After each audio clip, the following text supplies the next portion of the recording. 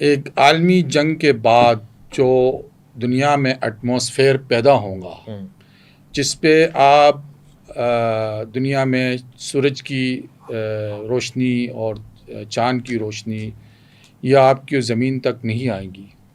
اور وہ ایک عرصے تک سائنٹسٹ کہتے ہیں کہ کم سے کم بھی اگر ہم اس کو لمیٹڈ بھی رکھیں تو کم سے کم 3 دہائیوں تک یعنی 30 سال تک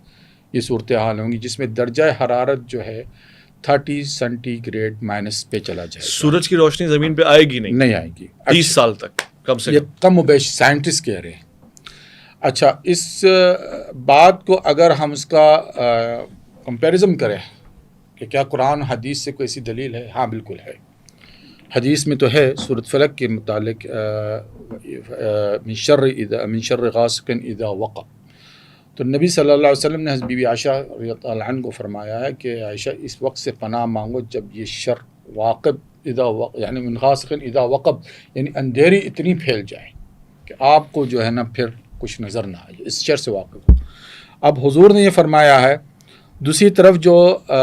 ہم سورۃ دخان کا مطالعہ کرتے ہیں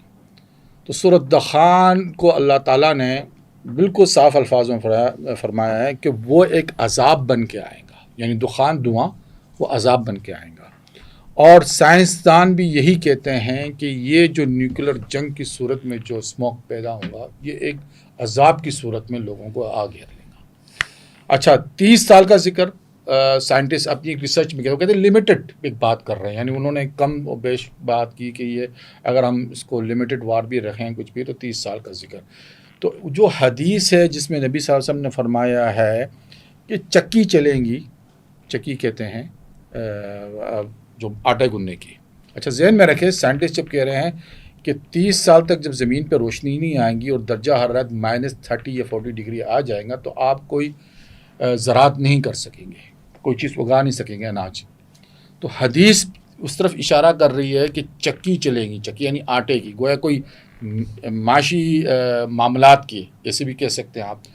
تو اس میں 37 36 35 سال، راوی کہتا ہے کہ 37 35 یعنی اس کو ایگزیکٹلی یاد نہیں ہے، تو وہ چلے گی مصائب کی چکی، ٹھیک ہے نا۔ تو جو اس پہ قائم رہا یعنی قائم اپنے دین پہ رہا تو وہ نجات پا لے گا، اور جو اس پہ راہ بھٹک گیا اس راہ میں تو وہ پھر جو نا گمراہ ہو جائے گا۔